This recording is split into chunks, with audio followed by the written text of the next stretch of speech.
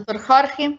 El inverno de Lima apresenta dias úmidos, curtos e sim a presença do sol com cielos grises. Essas condições climáticas podem generar depressão?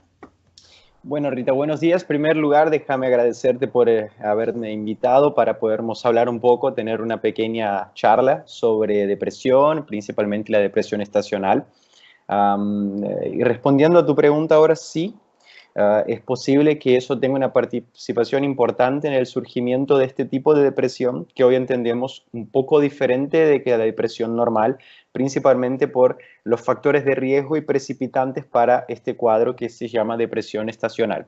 Todavía que no lo entendamos como un diagnóstico aparte, o sea, otro tipo de trastorno que no la depresión común, hoy entra como una característica, un especificador, como llamamos, de la depresión mayor, que consta hoy en el DSM, que es lo que nosotros en psiquiatría y salud mental usamos para definir las características de cada problema de salud mental, cada trastorno mental.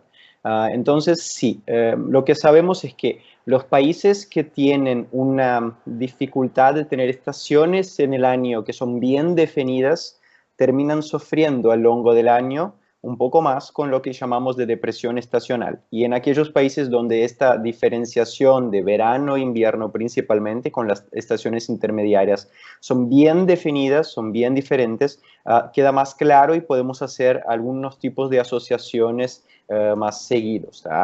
No hay todavía en el mundo algún número objetivo que nos diga cuál es este tipo específico de números para la depresión, pero sabemos que sí en países donde hay poca diferenciación, esto termina pasando el año todo y causando más problemas para la población general. Perfeito. Bueno, quais são as hormonas involucradas em esse processo?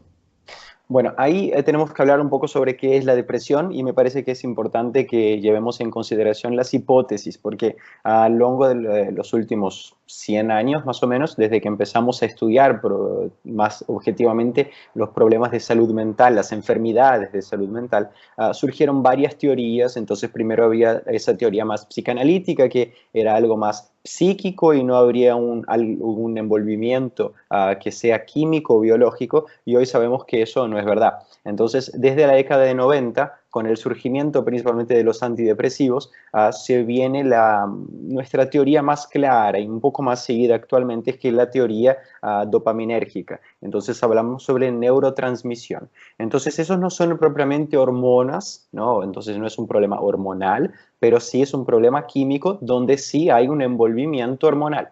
Y los hormonas que sabemos que pueden estar relacionados son principalmente la melatonina, que es algo que es producido dentro de nuestro cuerpo y es muchas veces y probablemente más comúnmente inducido, estimulado por la exposición solar, ¿no? Y eso lo sabemos todos cuando nos pasamos un día en la playa, todo el mundo a las 5 de la tarde, si te pasas el día con el sol, sentís mucho sueño, entonces eso te estimula mucho y hay una mayor cantidad de melatonina disponible.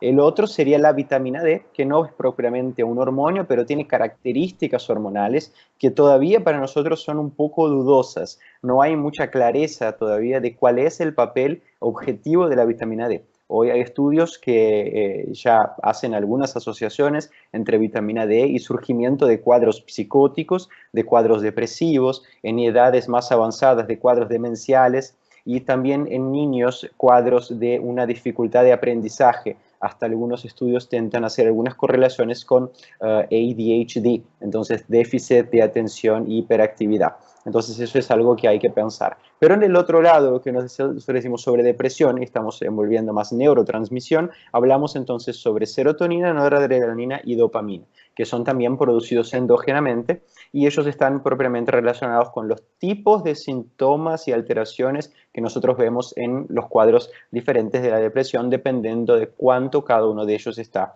envolvido. Perfeito, doutor. Então, a depressão de origem sazonal, quais são os sintomas apresentados? São mais específicos de outras depressões? Sí ou não e por quê? Bueno, como dijimos ahora poco, sabemos que la depresión estacional no es propiamente un diagnóstico específico. Entonces no hay como cuando vamos a decirle a un paciente, tú tienes depresión es algo muy general. Hay una característica específica, que es la depresión estacional, que es de eso que estamos hablando hoy, y tiene algunas características que nosotros llamamos atípicas.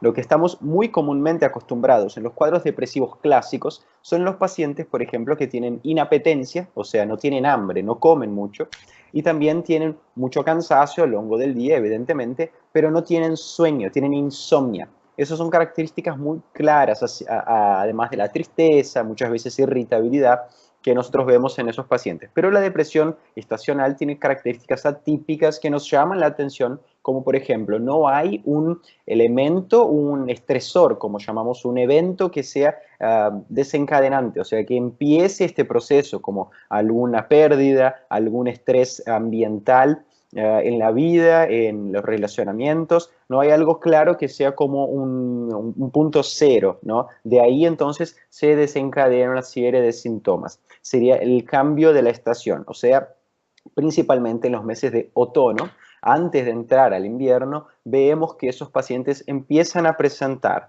un aumento de la sonolencia, entonces hay una hipersonía, el opuesto que entendemos como insomnia. O sea, ese paciente está siempre queriendo dormirse como si estuviera hibernando, entre paréntesis, ¿no? La otra cosa es que hay un aumento del apetito, que es algo contrario a lo que se esperaría en un cuadro depresivo, y es muy común verbos, nosotros llamamos de craving, es como si fuera una compulsión alimentar principalmente por los carbohidratos, ¿no? Y esos carbohidratos que nosotros sabemos están directamente relacionados con la búsqueda por la producción de más triptofano, que es uno de los principales desencadenadores de la producción de melatonina, ¿no? Entonces, ahí vemos que hay todos juntos alguna participación entre ellos, haciendo muchas veces procesos de feedback positivos, y por eso el cuerpo intenta buscar eso como un estímulo.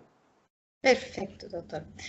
Bueno, ¿quién es la población con más riesgo de presentar este tipo de depresión? ¿Existe? Sí, existe, los estudios que tenemos no son muy amplios, pero inclusive algunos cuestionan mucho la existencia de este tipo de depresión, que sería la depresión estacional, ¿no? Pero lo que vemos hoy que existe, sí, tanto en pacientes con depresión unipolar cuanto en pacientes con depresión bipolar, que son presentaciones un poco distintas. La depresión bipolar tiene lo que es un poco más próximo, un poco más similar a lo que nosotros llamamos de depresión estacional. Ella es más cíclica. Y es muy común que pacientes que en un invierno presenten un cuadro de depresión estacional, cerca del 60% de esos pacientes en el próximo año presentarán también un episodio. La población que está más susceptible, es de mayor riesgo para desarrollar eso, actualmente son mujeres adultas en una proporción de 4:1 comparado con los hombres. O sea, las mujeres de los 20 a los 50, 60 años son la población de mayor riesgo de desarrollar la depresión estacional. Perfecto. Bueno, y cuanto a la vitamina D, la pregunta es, ¿cómo la psiquiatría administra esa deficiencia? ¿Se suplementa o no? ¿Es necesario? ¿Cómo todavía estamos así en first steps? Estamos iniciando el entendimiento mayor del papel, ¿no?, de la vitamina D, del rol de la vitamina D en la salud mental como un todo. Siempre cuando recibimos un paciente con síntomas depresivos o con síntomas más ansiosos, que es algo que no se habla mucho, pero que está muy relacionado a la depresión, cerca del 50% de los pacientes que tienen ansiedad tienen algún trastorno depresivo conjunto. Entonces es muy común esta correlación, ¿no?, esta comorbidad de las dos cosas. Se hace, y es sugerible que se haga todo el mundo en su clínica privada, un screening clínico de esos pacientes en un primer momento y evaluar clínicamente ese paciente en lo que dice respecto a el funcionamiento de los hormonas de la tiroide, que tienen sí una gran relación con episodios depresivos, y hoy ya se inició con un screening que es sugerible a todos los profesionales que se haga sí la evaluación de vitamina D. Y cuando vemos que hay sí una falta de vitamina D, o sea, es baja, y por ejemplo, dependiendo del país donde se está y dependiendo de la latitud y la longitud de donde vive ese paciente, hay una menor exposición a luz solar y por tanto un mayor riesgo de haber hipovitaminosis D, que es algo muy común en el hemisferio sur. Entonces lo que se hace sí es una suplementación Cada protocolo dice una cosa, pero normalmente lo que se sigue más común es en un primer momento hacer una suplementación con 50.000 unidades semana, manteniéndose por cerca de 1 o 2 meses y después cambiando para una suplementación semanal, sea ella diaria de 1.000 unidades día o una vez por semana 7.000 unidades. Pero eso es muy variable, depende completamente de cada protocolo y cada profesional tiene algún tipo de abordaje. Ok.